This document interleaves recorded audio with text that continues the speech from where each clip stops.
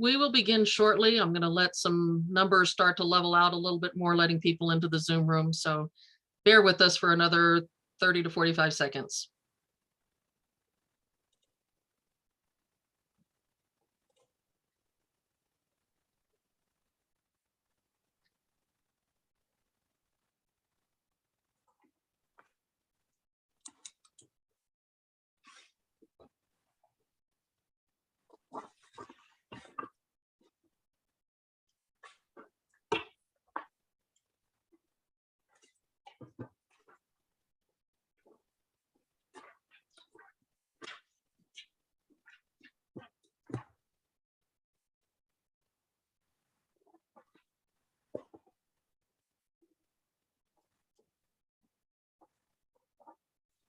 Okay, it looks like our numbers are starting to slow down a little. Welcome to the Every Learner Everywhere Strategies for Success in Online Teaching and Learning, the reprise of our interactive conference series. It's a pleasure to have you with us today on this beautiful Friday afternoon for those of us in Colorado. My name is Norma Hollebeck, and I'm the manager of network programs and services with Every Learner Everywhere. Before I introduce our speakers, I'd like to take just a couple of minutes out to tell you about Every Learner Everywhere and the mission of our network.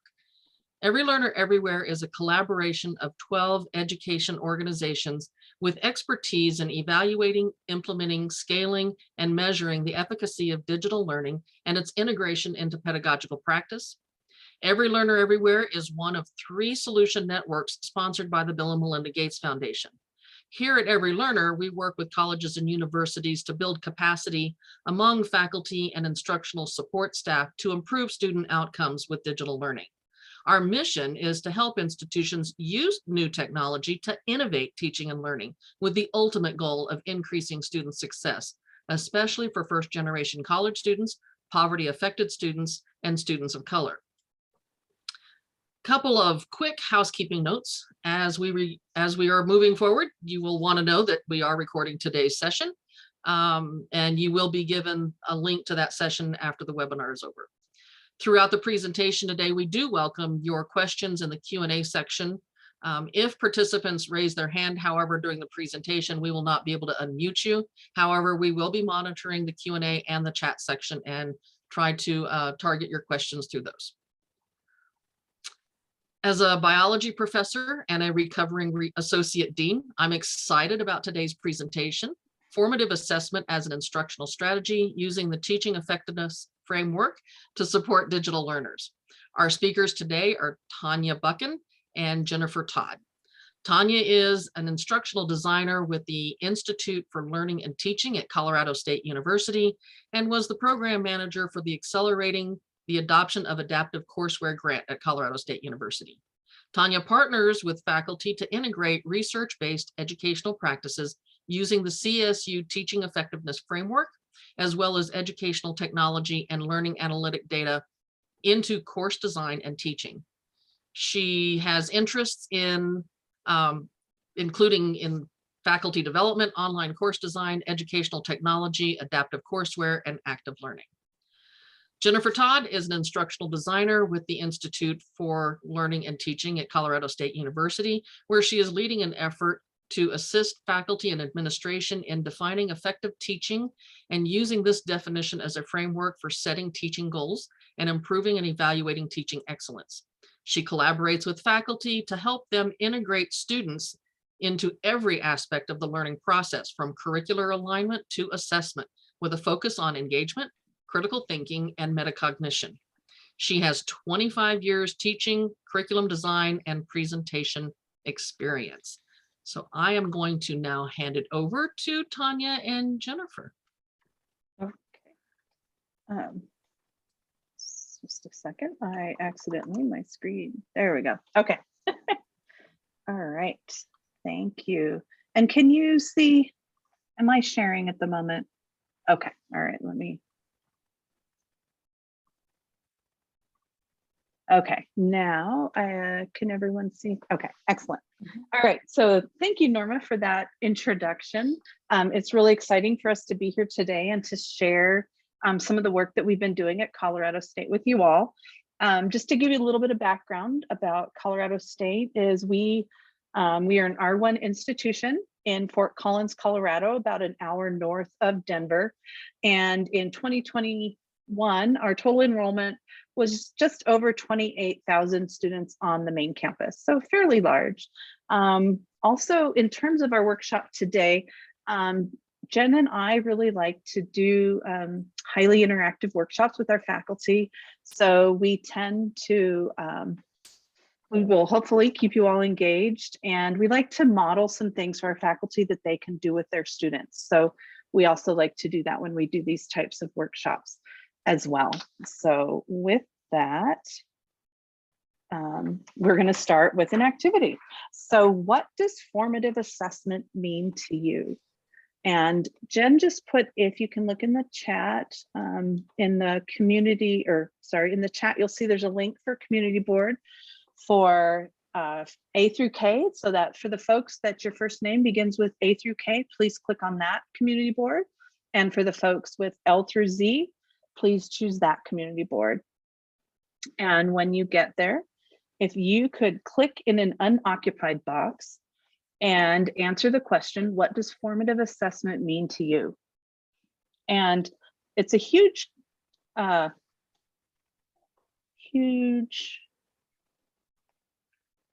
definition of that.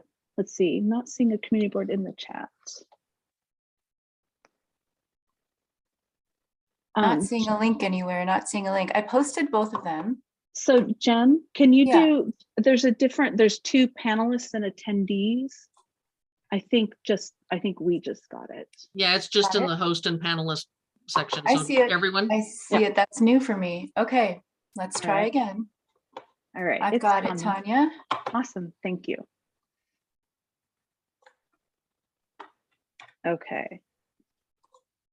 All right. It should be coming. There's one. All right. And the A through Z one is coming. Okay. Excellent. And we know that the question we're asking you, what does formative assessment mean to you? We know that's a huge question. So just keep it simple, about a sentence. Oh, awesome. I see some folks are in there typing right now. So. Okay, both boards are up now. A through Z, Okay. first name A through K, and then first name L through Z. Those are the two boards. Excellent. We're just trying not to keep it too crowded on one board. There we go. Do see people typing. Yeah. And just kind of one thing is that we do like to use Google for these types of activities because it is anonymous for the most part. And the other thing to keep in mind as you do this, there are no wrong answers. So give you another minute or so for folks to finish up their thoughts.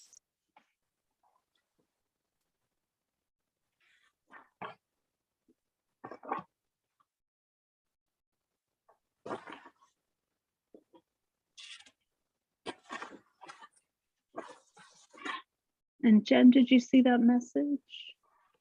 You could post the community boards one more time. Sure thing.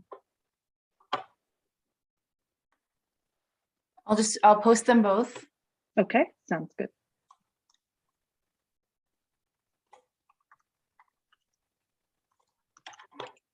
First one's first name A through K. The second one is for first names L through Z. There you go. All right, thank you. Okay, and we'll just maybe another 30 seconds. Again, short response, one sentence-ish.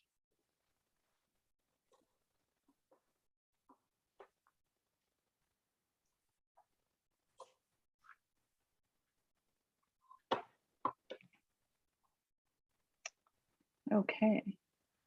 And so I'm looking over my board. I'm in charge of the L through Z folks. Jen is looking at the A through K folks. And I see a couple themes emerging from this. There's a few folks that aren't sure. They're not about that, which is all right. That's why we're here.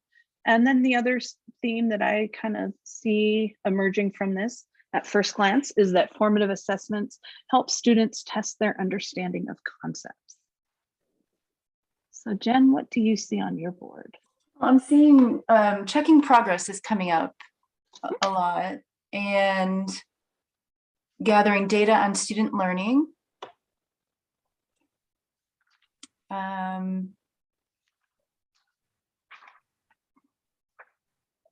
Yeah, check-ins on learning for students and faculty. So we do have a lot of knowledge of formative assessment already. Yes, happening. This is great. This is Yeah. great. Okay. All right. Well, thank you for doing that, everyone. So what I'd like to do now is we're going to shift to the outcomes of our workshop today and why we're here. But one thing you'll notice that this set of outcomes is pretty lengthy. So when we do workshops and we teach classes, because Jen and I both teach as well, we don't typically like to read the outcomes out loud, or even if it's an online class, we might take outcomes that look like this, that are pretty long, full of some edu-speak, and try to make them a little bit more student friendly. So I'm going to turn it over to Jen. Right, and in this case, participant friendly. Yeah. So if we look at the 6 outcomes here, and this is another way to just really, as a presenter, a way to get your audience engaged, and as an instructor, a way to get your students engaged. Just if you could put a number in the chat of the outcome you're most curious about today. It gives Tanya and I an idea of what you want to know. Thank you. There's people already putting numbers in.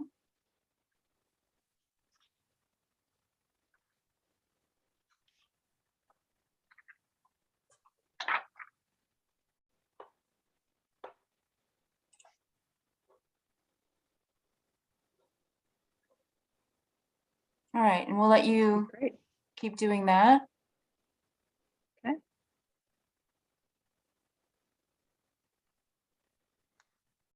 There we go.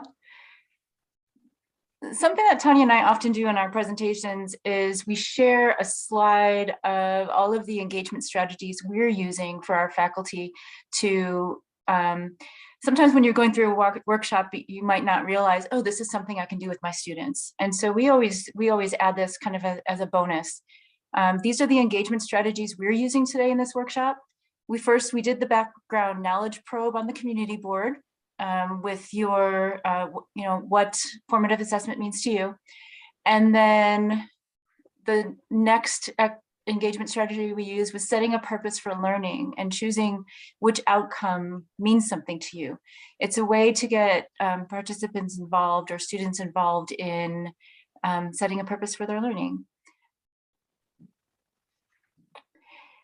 We want to start off the presentation kind of setting the context of where our thinking was around formative assessment. And so Tanya and I, when we get together and we plan these workshops, we have these aha moments every once in a while. And this was our aha moment planning for this workshop, that formative assessment, yes, it's a strategy, and yes, it's something we do in our classrooms, but really it's a mindset about teaching. And what I mean by that is, instead of thinking about what am I going to teach today, it's switching that to what will students learn today and how will I know that they've learned it and to what extent they've learned it. So we think about formative assessment as a way to, yes, determine what or if students are learning, determine any gaps that they have in their learning or misconceptions, to help then focus our teaching. But then on the student side too, formative assessment is a way to have students take responsibility for their learning, which I think it's just that small nuanced way of presenting something to students to say, we just did this formative assessment, we just did this check for understanding. here's what the results could have been. If you're not there yet, here's what you can do to fill the gaps in for yourself. And so we really see this as a way to approach teaching that is just a little bit nuanced or different mindset than a traditional teaching approach. All right, Tanya. Formative assessment is, to us, it's an instructional strategy. It's a way to keep students engaged. It's a way to get students interested in a topic, a way to keep your classroom active. So it's formative assessment. It's like in the general umbrella, it's a mindset. A little more specific, it's an instructional strategy. And keep going, Tanya. And it is also a scaffold. It's a way to help students go from point A to the top of the tower, but supporting them on the way. So supporting them with critical thinking, starting off with a lower level critical thinking, lower level on Bloom's taxonomy, and then building up those activities and building up the rigor and the level of thinking to reach those outcomes. So formative assessment can also be used as that.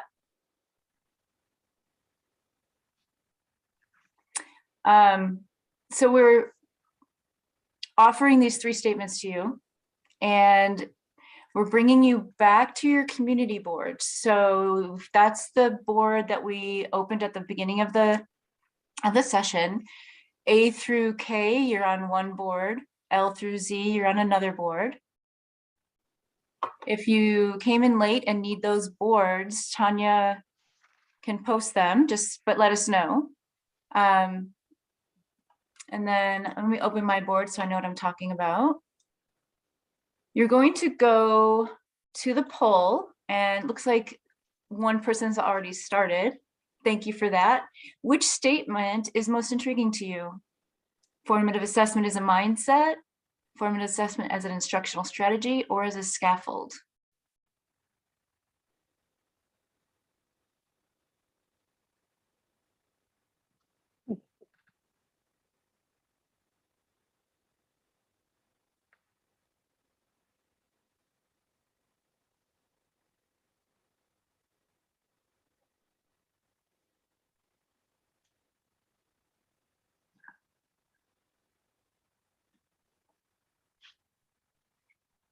I don't know why, but it's still kind of fun for me to see the community board being populated. I don't know what it is. It's just, I think it's that like forever teacher in me that says, "Ooh, they're doing it." It's just kind of exciting. Awesome. So thank you for participating. It really makes us happy on this Friday afternoon. So on my board, it looks like so far the winner is instructional strategy. Okay. On my end, and then scaffold, then mindset. Interesting, because mine is mindset first, instructional strategy second, and scaffold third. That is interesting. Huh. All right, should we move on? Okay. Yeah. Let me. And again, thank you for participating. It helps us to see where everyone is. Okay. Oh, okay, I'm having slight technical. Oh, there we go. All right. There we go. Sorry. No worries. So we're back to this slide of our engagement strategies, and we decided we were going to use a polling app or something like that. We just decided that we would do the community board for the poll. So that's where we are with that. And now we're going to hand it over to Tanya to introduce you, and take a step back and introduce you to the framework that we've mentioned before, and look at how instructional strategies and feedback and assessment kind of go together. So I'll give it over to Tanya for that. Okay, thanks, Jen. So like Jen said, we want to step back for just a second and give you a little bit of background on our teaching effectiveness framework. At Colorado State, we have followed kind of the traditional instructional designer model. I've been at CSU now, I guess, 11 years. Jen, you've been there 5-ish years, 6 years, something. And 5 years. Okay. And so when we were working with faculty, we would find that we're kind of a small team. And so we have the similar mindset principles that we share with faculty, but we wanted to really ensure consistency, and that when we were doing consultations with them on our own or as a group, that we're all talking about the same thing. And we kind of found that it was important that we developed this common language that we could use amongst ourselves and with faculty. So that's kind of how the framework was born. And it's all of these terms, right, that you can see here, all 7, we call these domains. They're grounded in evidence-based teaching strategies. And we've actually developed this full framework that we will share here in just a minute. But with this, we wanted to make sure that we had a way that we could talk about teaching and the process of teaching simply and consistently.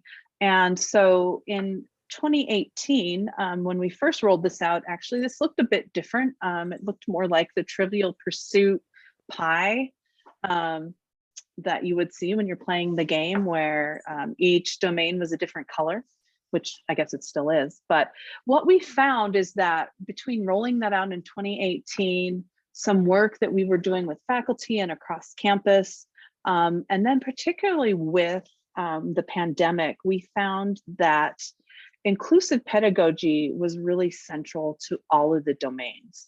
In our original Trivial Pursuit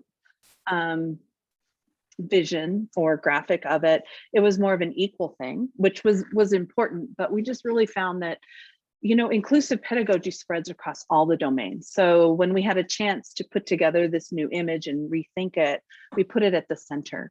The other thing is that you'll notice that there's this green line around the back, and what that is, it really shows that all of the domains are connected to inclusive pedagogy. So we have our 7 essential domains. They're all grounded in the scholarship of teaching and learning. And we have examples of different teaching practices that faculty can use. And they work for both online and face-to-face faculty. So what we're going to do now is spend a little bit of time, though, with our workshop on formative assessment, is really look at the 2 that really intersect with this, our feedback and assessment and instructional strategies. And so what this is each of our domains has a document that looks like this. I believe Jen is going to put a link to the framework. Okay, she just put it in there in the chat if you want to look at this on your own.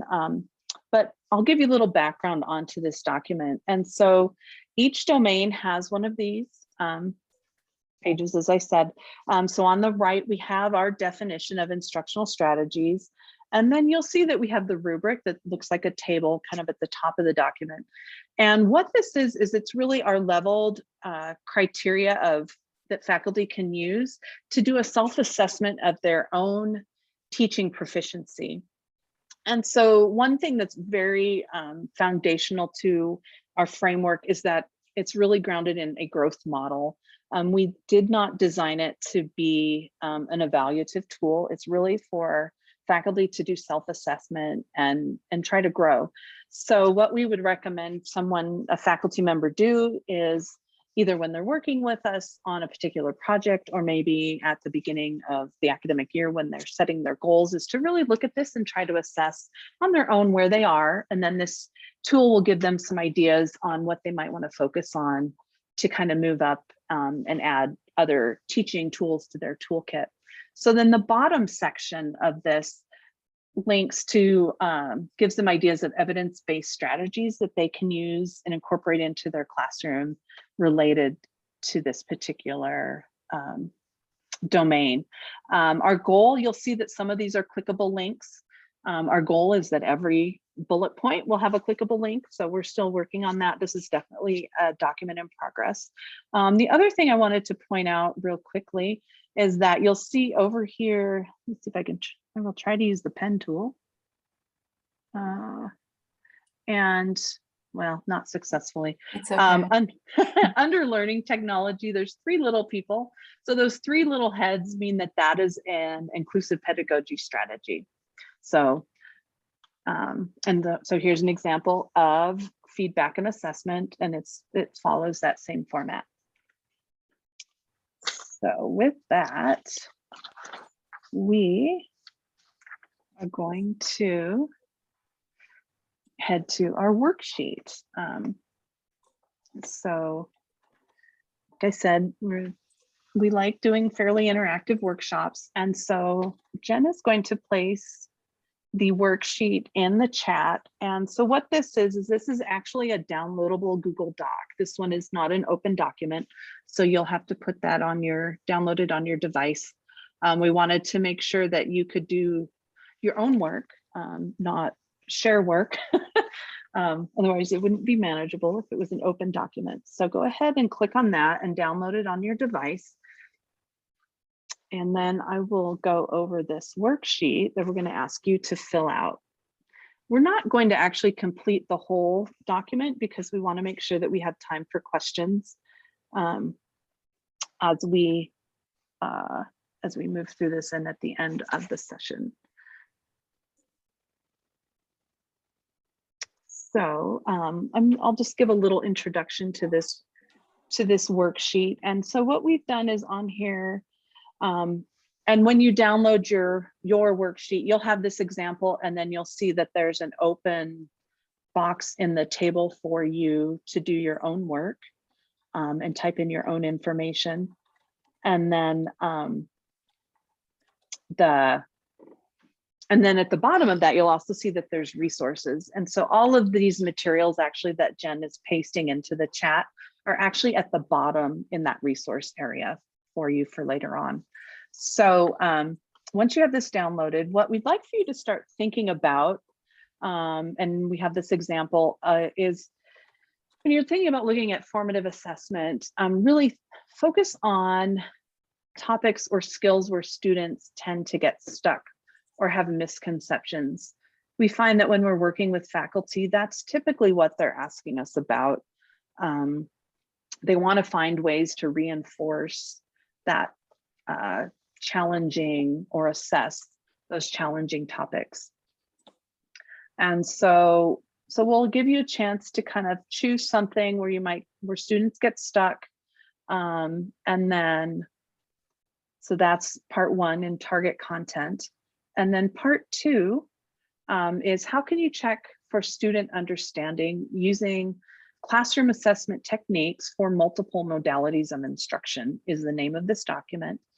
And so let me go, okay. This is an example of that document that you will link to. And I wanted to give you a little bit of a history of this particular document. Prior to the pandemic, we had a classroom assessment technique document that we'll share with you actually in a few minutes because it has a little bit of a different purpose. But we found that we were in a situation because Jen and I, our focus are our residential faculty or face-to-face faculty. We have a different set of instructional designers that primarily worked with online faculty. And so, but as most of you, when the pandemic hit, we were faced with how do we help our faculty that are teaching face-to-face, either teach remotely, whether it's synchronous, asynchronous, or in this crazy physically distanced classroom, and still have some activities and formative assessments. And so that's where this document came from. You know, how do you do a concept map in kind of what we think of as our traditional face-to-face classroom and different tools and how they might be able to implement that in different classroom situations. So this document gives you a chance to really look at that.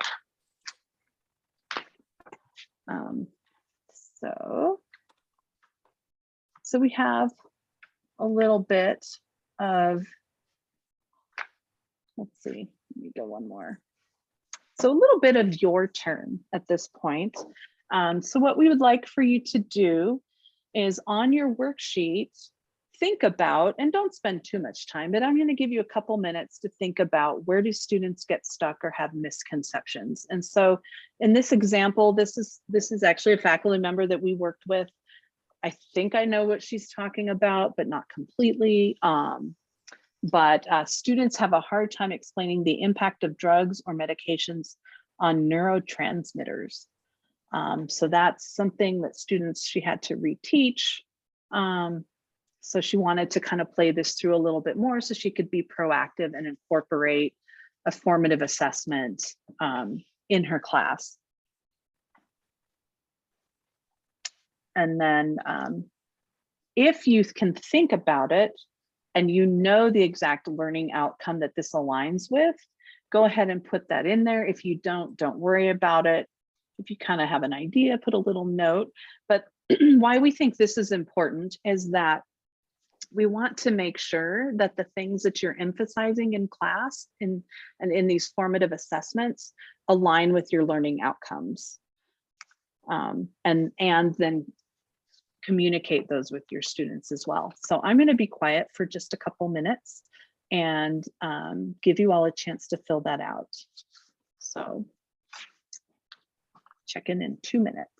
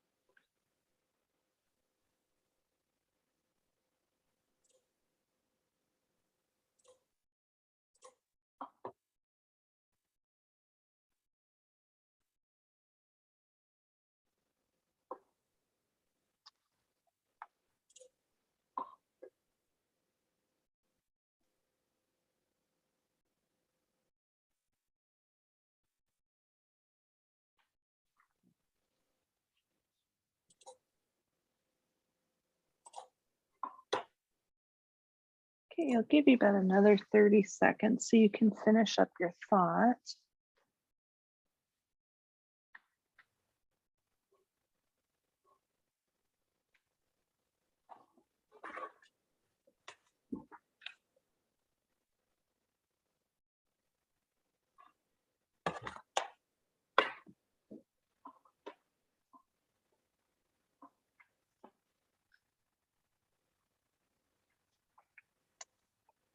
Okay, so hopefully you all had a chance to jot down some notes about your target content. One thing that I don't know if you all find challenging when you're teaching, but is knowing when to be quiet and staying quiet long enough. That can be a challenge, giving students some time to process what it is that they're doing. And so that is an important piece also when you're incorporating these formative assessments, is sometimes it's just hard to be quiet. So, okay, so part 2 of your worksheet. So this is looking at how can you assess student understanding? And so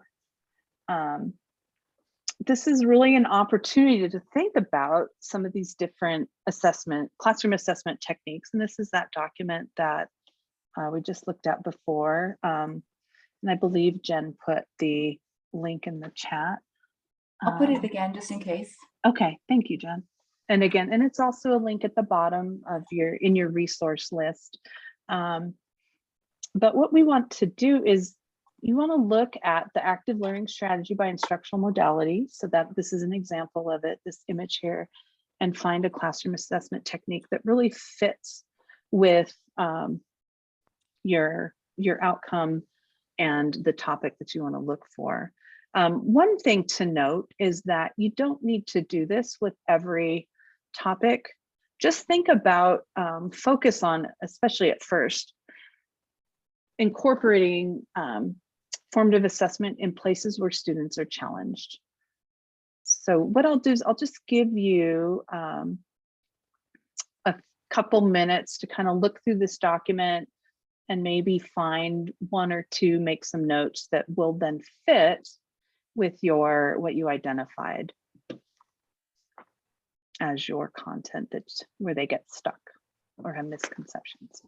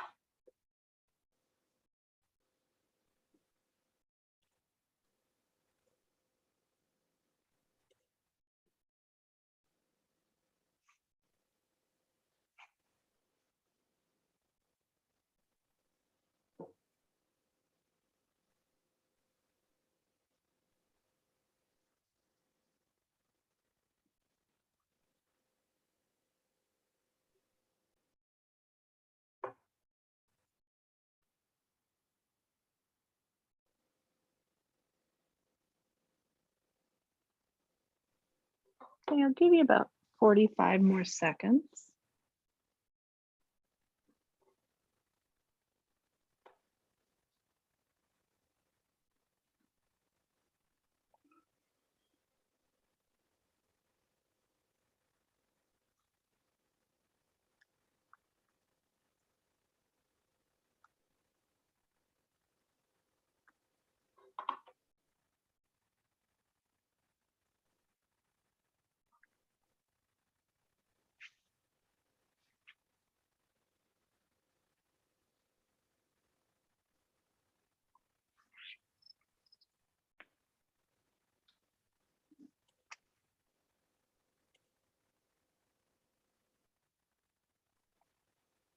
Okay, so hopefully you had a chance to find and identify maybe one or two potential formative assessment techniques that you could incorporate into your course from this list.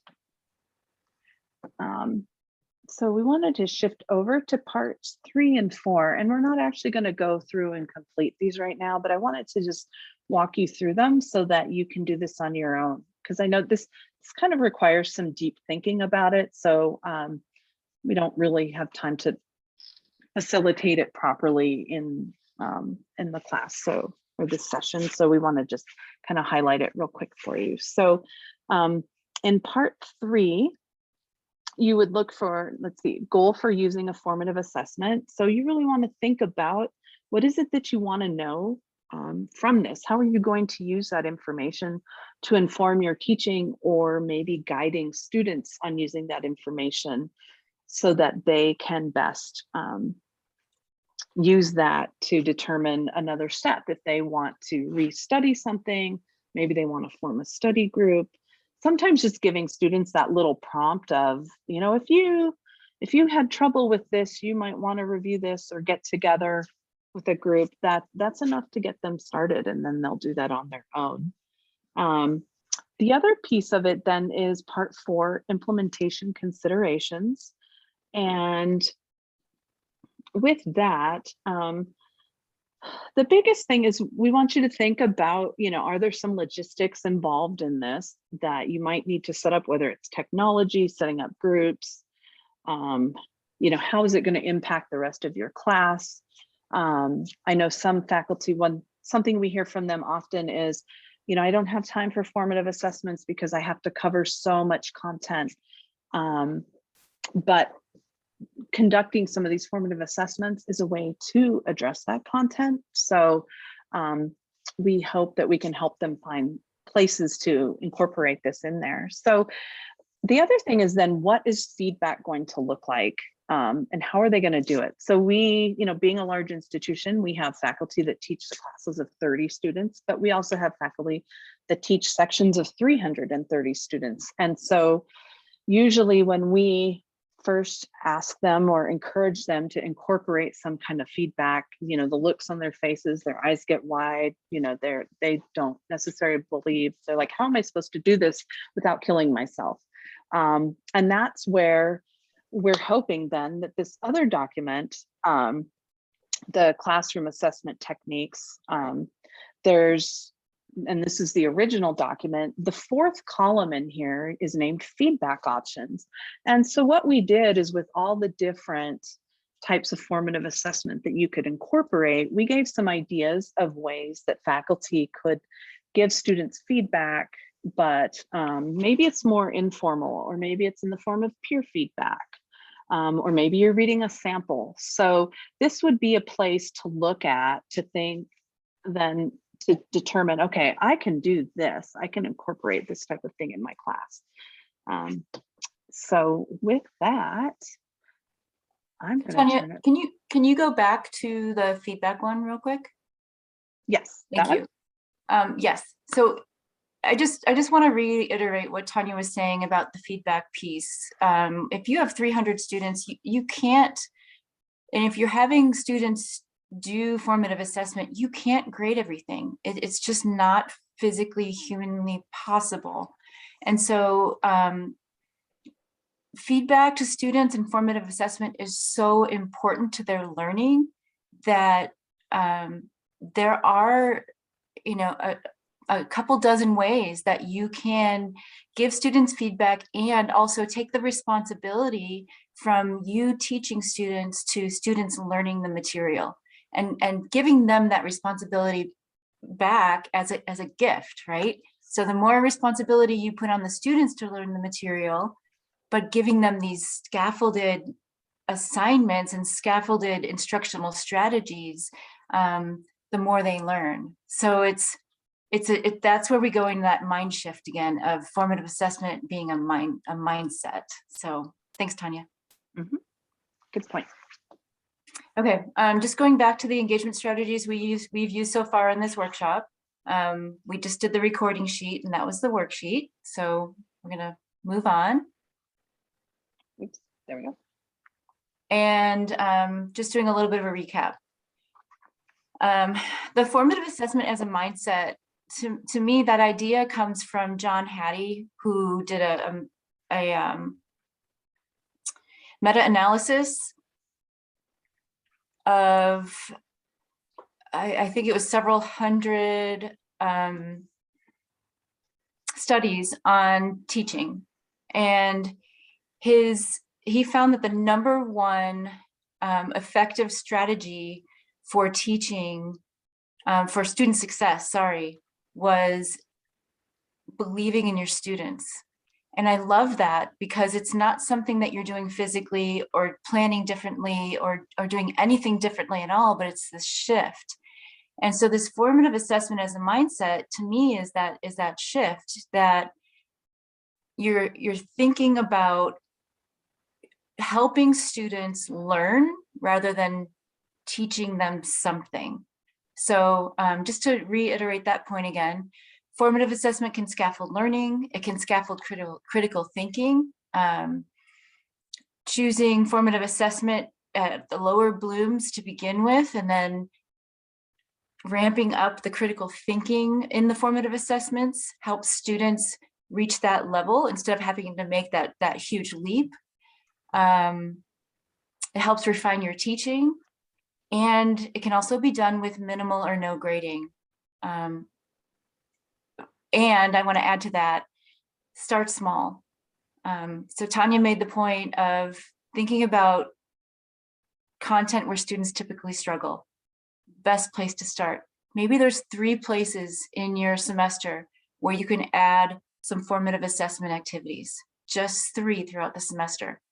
And it's taking those baby steps, doing the formative assessment really well, getting the feedback from the students, seeing how things change in your classroom, and then adding on maybe one or 2 more every semester. So really giving yourself a break also, and taking care of yourself and taking those small steps. And I think it's addicting. Once you start, you want to. Yeah, you can't stop. Yeah. Because you always want to know. You get that. It's that feedback. Like, how's it going for you as a student means that it's going well for you as an instructor. So here's some ways to deliver formative feedback. And I'm not going to read them off all to you, but there's so much you can do online. Audio comments to me are difficult. I'm much more comfortable typing away, but they're actually quicker. So if you do have a smaller class and can use audio comments instead of typing everything, that's a quicker way to offer some feedback. The adaptive courseware that the program that Tanya led for 3 years, using that courseware really well can give students the feedback they need without you having to really do anything. So there's many different ways that you can deliver formative feedback that isn't going to cause you to have to work 24 hours a day. And we're going to, before we take questions, we're going to end with a community board activity. And if you could go to your community board again, and you're just going to type in, let's see where it is. It's the post-workshop takeaway section. Thank you, Tanya. And the question is, what have you added to your understanding of formative assessment?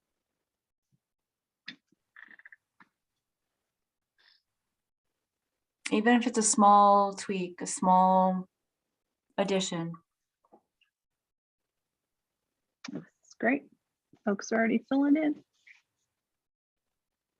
Thank you to Anonymous Koala and Anonymous Ibex for being the first on my sheet over here.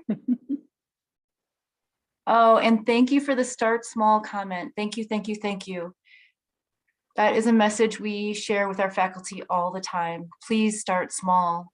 You don't burn out that way. I have Anonymous Blobfish, and they say, do not be afraid of using formative assessments. Yes. Yay. Yay. That's a good point. Don't be afraid. And if they don't go perfectly the first time, don't give up. Nothing goes perfectly the first time. Teaching.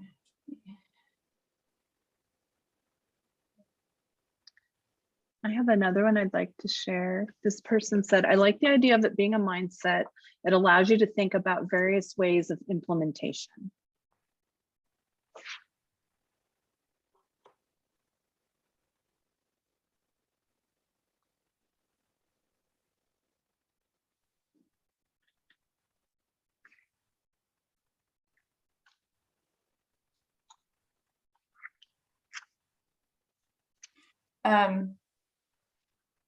I have a comment that says lots of good resources, and I just want to, Tanya and I and our team, there's a team of about 6 of us now that have been working on this framework for 4 years, and we know that at first glance the framework is very detailed, to put it nicely. It's a lot, and so lots to think about. Yes, what we recommend to our faculty at CSU, we ask them, well, we're recommending to departments that faculty use the framework to set a teaching goal every year.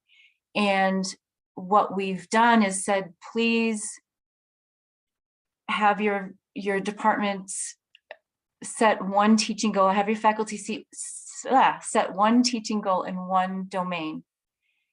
And we kind of get the wide-eyed, but we're PhDs, we do everything, you know, to the nth degree, and we say yes, and making one goal or writing one goal allows you to dig deep into that domain and not feel like you have to be proficient in everything that you're doing at one time. And so setting a goal in, say, the instructional strategies domain, it's going to change your classroom climate. Because if you're doing a more active learning, you're going to see a change in the way students respond to each other and to your material. So if you're digging into one domain, don't feel like you're ignoring everything else. So one step at a time, one goal at a time, one domain at a time is what we're preaching on CSU campus.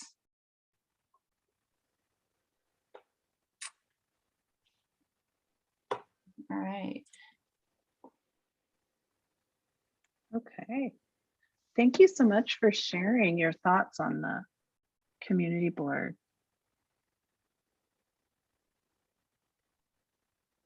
Okay. Appreciate that. And I just opened the question and answer, and yes, the question is, should formative assessments always be graded? Absolutely not. Formative assessments, sometimes the way I would approach them is, if students were doing some type of formative assessment, I might have then an example of what the final ought to look like, but I don't share that with them until everyone's finished. And then I might do something like compare your diagram with the diagram that's up on this, that's been posted, or and so that students then can try something out and then compare with where they should be. And then you can say something, you can have them figure out, where are your holes then? Where's your knowledge? Where are the gaps in your knowledge? And that could be the formative assessment, that they're typing in the gaps in their knowledge, they're sharing that with their group, or they're sharing that on an assignment. And then they can share, and this is what I'm going to do to fill that gap in my knowledge. And that's to me the beauty in formative assessments being more student directed, so that learning can be more student directed. But you have to know how to use, like, what kind of language to use and what you're asking students to do, and encouraging students, you know, if this didn't work for you, if you didn't get this, here's where you can find those resources. And I know you can do it, because I believe, you know, you're here for a reason, you earned your seat here. So that's going back to that mindset thing. Like, it's a way to tweak everything about your teaching. It's a way to share with students that they can do this, that it's in their control. It's not your control, it's their control. That was a long answer to that question, sorry. Any other questions for us?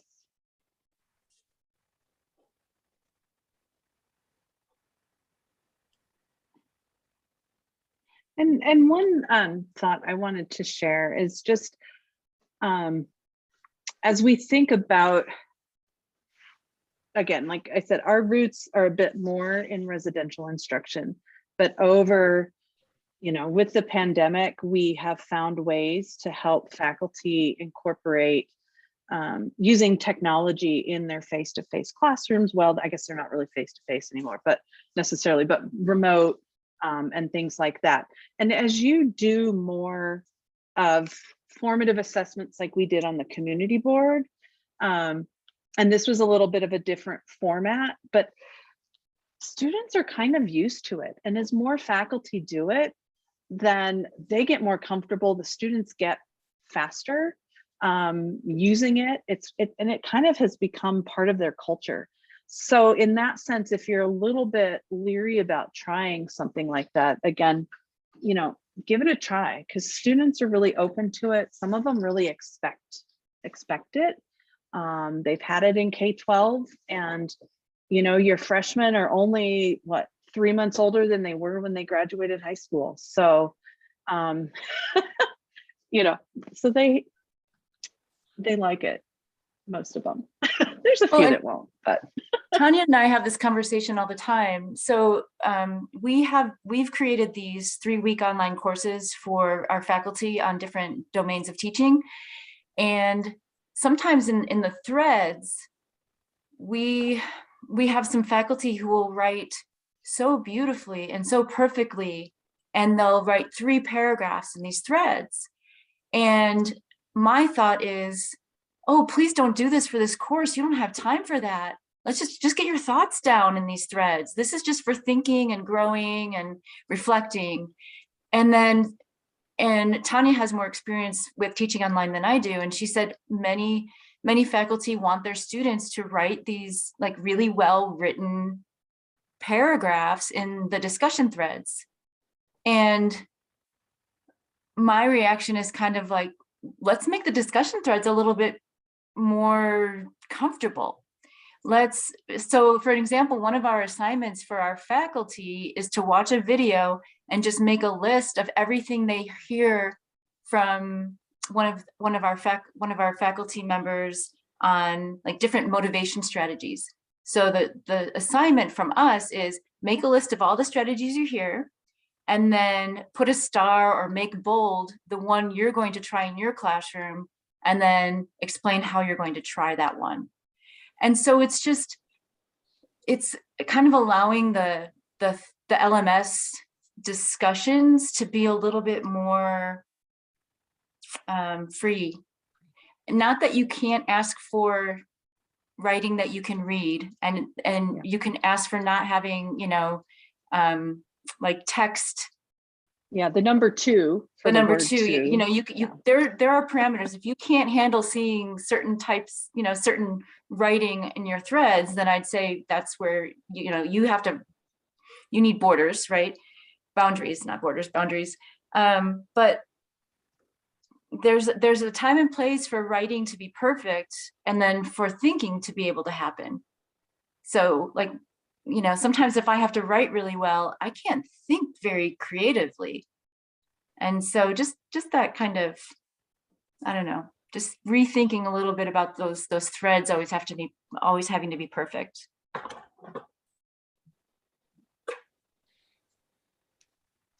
So it sounds like you've answered everybody's questions. I'm going to steal the screen from you. Okay.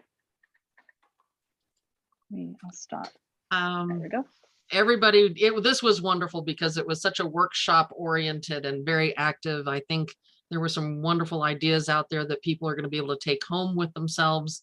And like you said, start small, take those baby steps, implement one little thing at a time, and it won't overwhelm you that way. I would like to, we've only got about 3 minutes left. I'd like to really thank Tanya and Jen for their time, their insight. They're workshopping you all through some of these ideas so that you can get started on making those small changes moving forward.